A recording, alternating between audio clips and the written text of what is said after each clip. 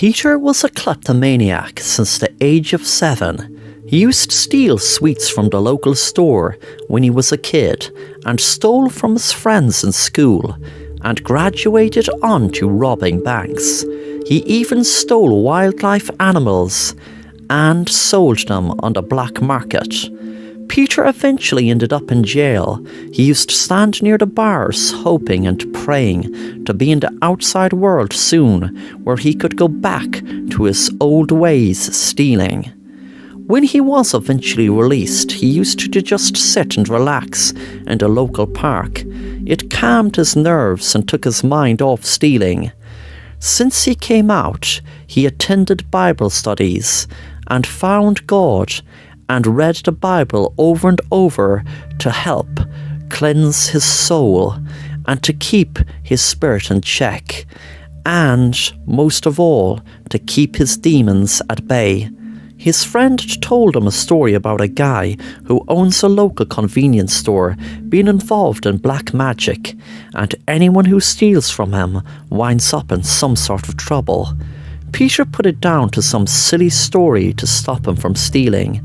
So one day when he was in the shop and the owner was on the phone, he wanted to know what it was like to have that surge of energy run through him again, like he used to always have when he stole something.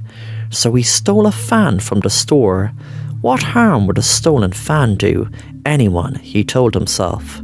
When he went outside the shop, he tripped face first onto the fan, and the sharp blades ripped his head to shreds. Thanks for watching The Assassin Rapper, and if you want to stay up to date on new content, then please subscribe and be sure to hit the bell to be notified on new content.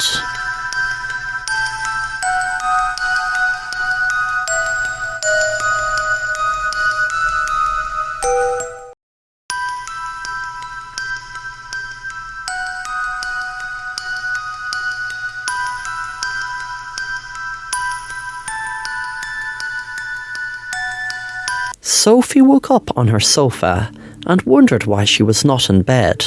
She must have dozed off last night reading a book she taught herself when she saw a book in her hands. She opened it up and it was empty apart from one page, which read, "I am writing this because if I don't, I will forget what happened to me. I am dead and I am trapped in between the living room wall. There is an axe near the wall in the hall, which you should be able to break through easily and find your body.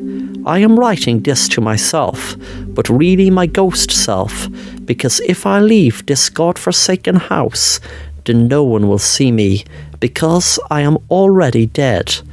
This page is all you need to read. Please don't destroy this diary, otherwise you will drive yourself crazy, looking all over for someone to notice you, but no one will, because you are already dead. I am already freaking dead." Sophie put the book down and walked out to the hall, and sure enough she saw an axe.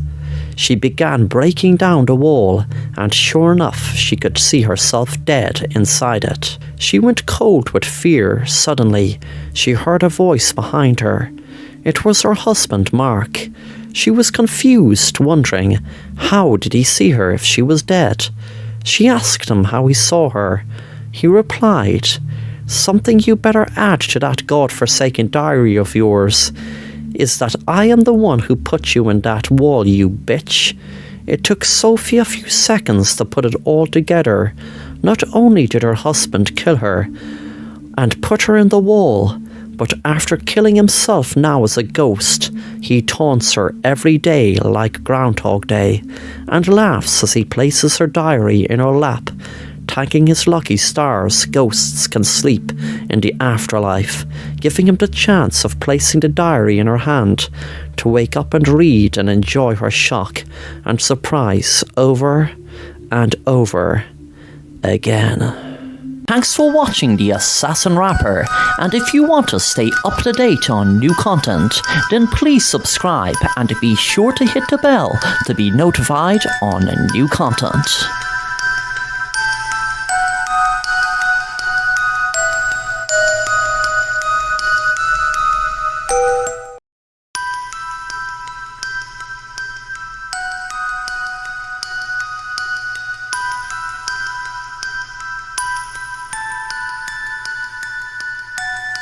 Hi, my name is David. Me and my family moved into a new house, and I was tidying out my room when I came across an old computer.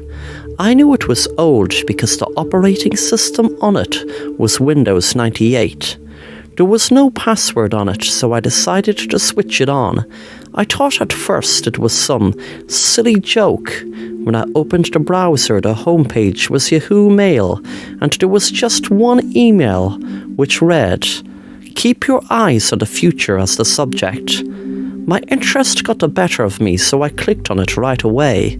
The email was just one line, which read, "There is going to be a fire next door tonight." Things became very scary for me at about 11 o'clock when I was woken from my sleep by fire engines, and sure enough, there was a fire next door. I didn't tell anyone because if I did, I was afraid they would think it was me who wrote the email and set the fire. I was going to pack up the computer and throw it away when I checked the email again to make sure there wasn't any more emails.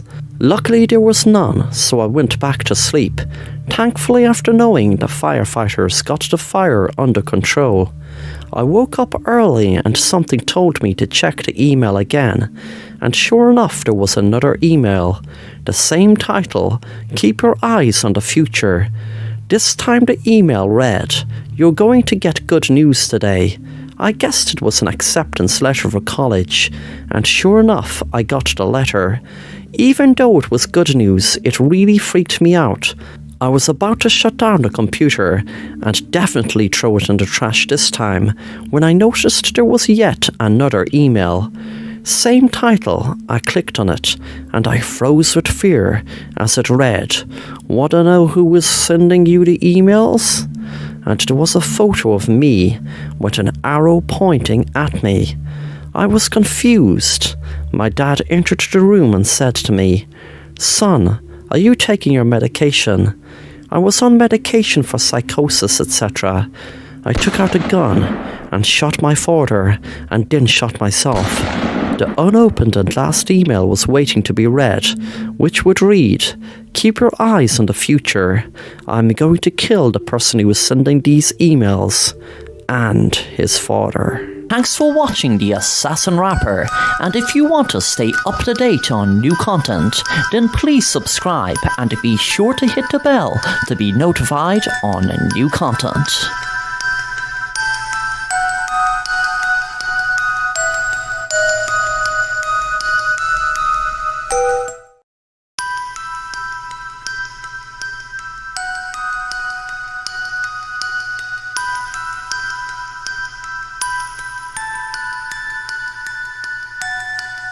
Hi, my name is Sarah. I love my job working as a waitress in the local diner, and I get to meet very interesting people, lots of different personalities. One particular guy is always given to me by the other waitresses. They find Jack very sour and always in bad humour. They say to each other he is an ignorant, bad-humoured jerk. He is no different to me, but I treat him like everyone else who comes into the diner, with respect and dignity. One day I was working in the diner, and suddenly a man wearing a scarf over his face entered the diner with a gun. He held the gun to me, but Jack jumped in the way and shouted for the man to back off. The man shot Jack, and unfortunately Jack was killed. Jack saved my life that day, because as soon as Jack died, the man got spooked and turned around and walked out of the diner. I learned later that Jack had a terminal disease and had only a few weeks to live, but that didn't make the situation any less sad. I was sitting at home one day, reading a letter, and it really touched me in a very deep way. The whole staff at the diner never wanted to serve Jack, but like I said, I treated him nice, and actually I was extra nice to him, but it must have really resonated with him, and he must have really appreciated me, even though he didn't show it, because he left all of his life savings to me. Thanks for watching The Assassin Rapper, and if you want to stay up to date on new content, then please subscribe and be sure to hit the bell to be notified on new content.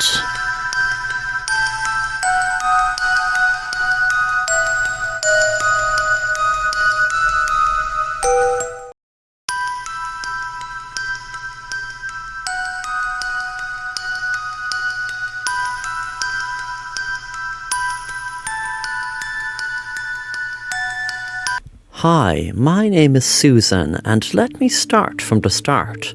When I was just a small kid, I always wanted to be an actress, and as soon as I could, I put on shows in my garden and acted in them. When I finished school, I did an acting course in a prestigious college, and everything was going great. After all, I was living my dream. Most of my friends were studying to become lawyers or doctors or working in shops or waitresses, or else they took a year out to travel. But I didn't want any of that. All I wanted to do was to follow my dream, and as the saying goes, if you do what you love, then you don't work a day in your life. I was after applying for a job in a local Hollywood firm as a receptionist one day, and it was just paperwork and typing and answering the phones, but I'd planned on making contacts and working my way up the ladder. Eventually I met Frank, who was a very nice executive who got me a role in a local TV show. I loved so much being in front of the TV cameras acting. It made all my hard work seem so worthwhile, and the success I was achieving seemed so deserved. One night I was at a party where the city, or should I say whole country's elite, were there. I'm talking mayors, politicians, the elite of the elite. One room in the building was out of bounds to me. I wondered why, because it was a huge house, and I was free to roam wherever else I wanted to. I found a way to get into the room finally. It was by wearing a mask, and I overheard the password, which was darkness. When I went into the room, I couldn't believe what I was seeing. There were loads of people in the room dressed in black robes, and there was an altar in the middle of the room, and a man was lying on it. There was a person in front of him holding a knife above him, and they were all chanting "Hail Satan" over and over. I turned and left, and luckily I got to escape. But I left my job, and now I'm hoping no one comes after me for finding out that the elite group of individuals were a satanic cult. Thanks for watching The Assassin Rapper, and if you want to stay up to date on new content, then please subscribe and be sure to hit the bell to be notified on new content.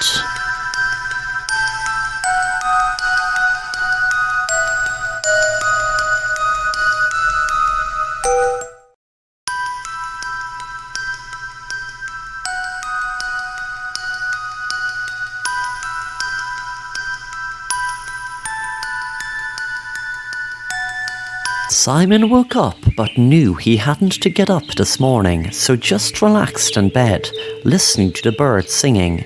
He always found it relaxing listening to them singing. He was drifting back to sleep when suddenly he was startled, not by what he heard, but what he didn't hear. The birds that were singing non-stop practically since he woke up had suddenly stopped singing. He listened expecting them to sing again, but there was nothing, just silence. He decided to open the curtains and look out. All he could see was a bright red sky, and suddenly the glass smashed. Then he could feel a heat of surge run through him, and everything went up in flames. Then suddenly he was shaking, as he was waking up from a nightmare. He was relieved that it was just a nightmare, and still felt shocked by it even though he knew it was just a nightmare. He went into the kitchen and made a cup of tea and put on some toast in the toaster. Suddenly he heard a smash from the living room. When he went in to see what it was, he could see a bird flew right through his window. He found it very strange, especially since he was just after having the nightmare about a fire and the birds. Then suddenly he heard a fire alarm, and when he went into his kitchen, it was up in flames. Thanks for watching The Assassin Rapper, and if you want to stay up to date on new content, then please subscribe and be sure to hit the bell to be notified on new content.